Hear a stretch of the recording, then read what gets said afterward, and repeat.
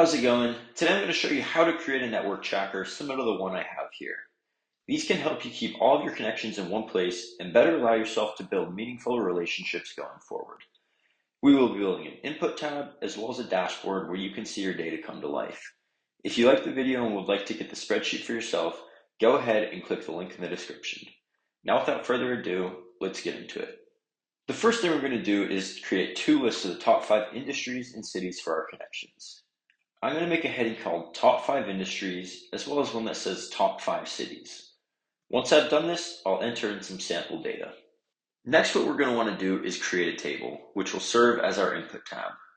I'm going to format the table using different colors and font types. However, you can do it in whatever way looks best for you.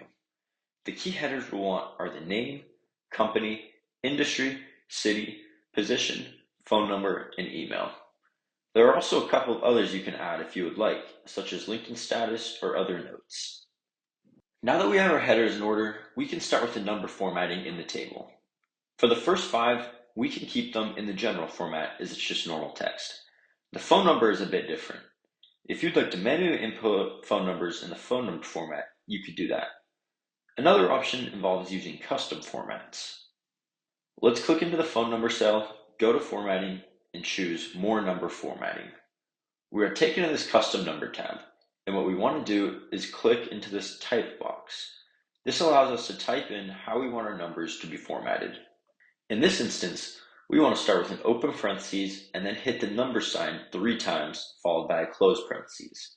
Let's hit a space, and then 3 more number signs, followed by a dash, and then 4 more number signs. This follows the standard phone number format. Once we are done, we hit OK, and our cell will be formatted in this way.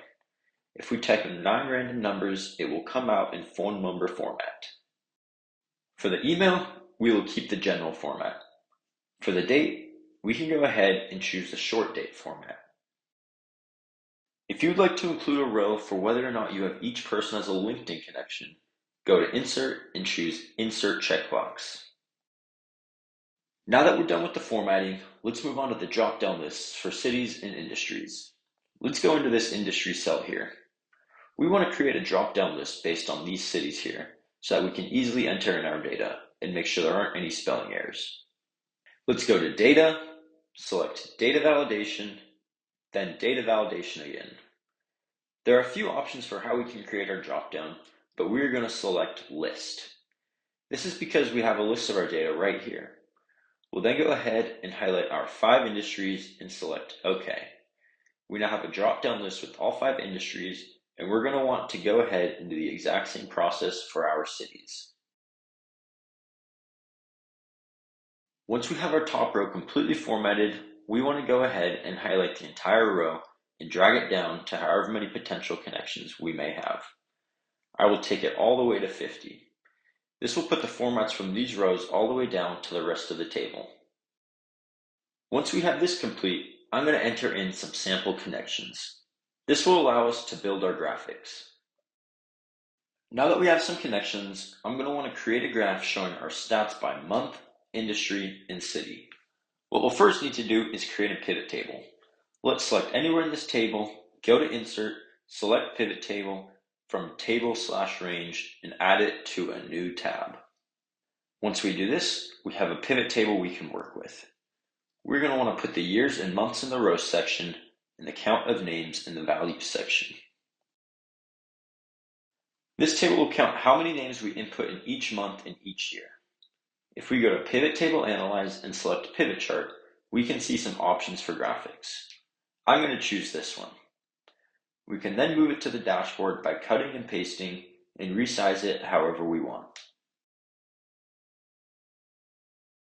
The next graphic I want to make will be connections by industry.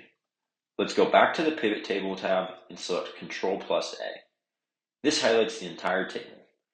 We're going to copy and paste the pivot table to a new location so that we can create another pivot chart with this.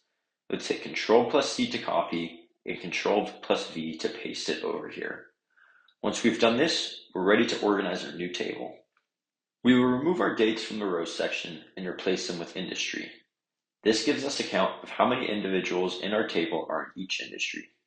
We can go ahead and create a graphic just as we did earlier and put it in the dashboard.